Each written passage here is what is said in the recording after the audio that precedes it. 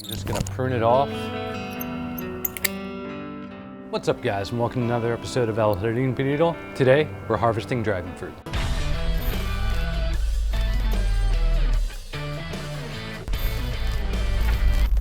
Okay guys, so I've had this dragon fruit for about maybe going on 3 years now. I overwintered it during a really hard freeze by keeping it inside. And when I kind of put it back, it's kind of leggy, kind of slowing about the greenhouse here.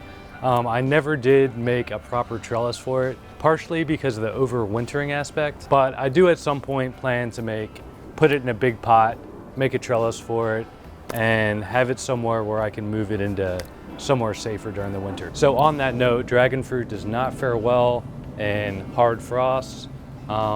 So I'll show you in a little bit here, but I just have it under the carport.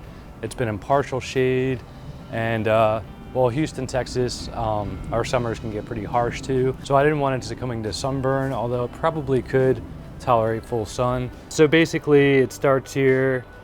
It's got a little mini trellis that the nursery had for it, and I've just been letting it go nuts. And what I have found is the reason you trellis is when it feels that pressure from overhanging on something and it's mature enough, that's when it's gonna give you a bud and then eventually start to fruit. And this takes about 30 days after you flower it. And so these were self-pollinating, which is awesome. I didn't have to cross 2 varieties or anything. And I can show you guys what the flower looked like, but basically you just pollinated the flower. It had both sex parts. So this probably could ripen a little longer. Since it's my first one, I'm just gonna kind of test the waters, but it is a nice color here, and you can tell when the leaflets start dying back like they're doing that it's ready. So, I mean, I can always kind of taste it. If it's not ripe enough, I'll know for next time, but we're gonna give this a taste.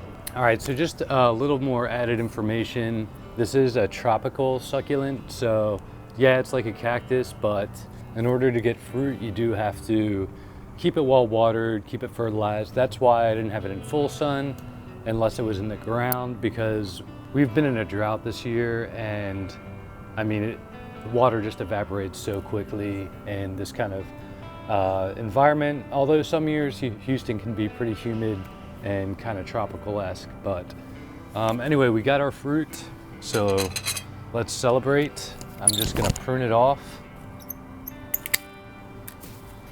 And this is the dead part of the flower. It's done its thing.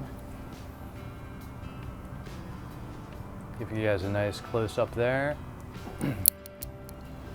And so, compared to grocery store, I've seen them a little bigger than this.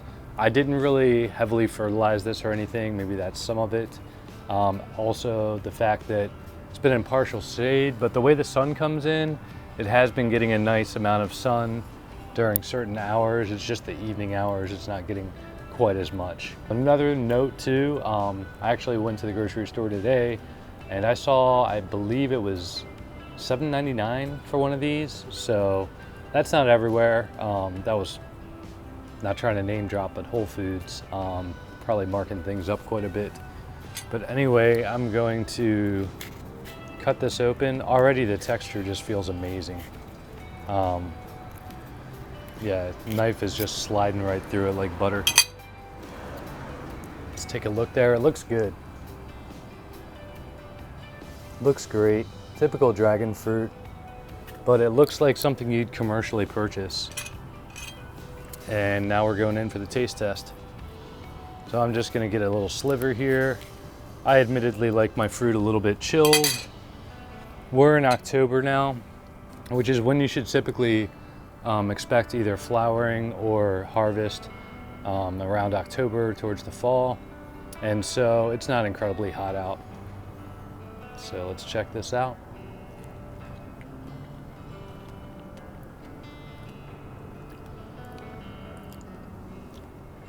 This does not taste like anything I've had. I expected a little more sweet, meaning it may not be quite ripe yet, although it'll still ripen even though I cut it open.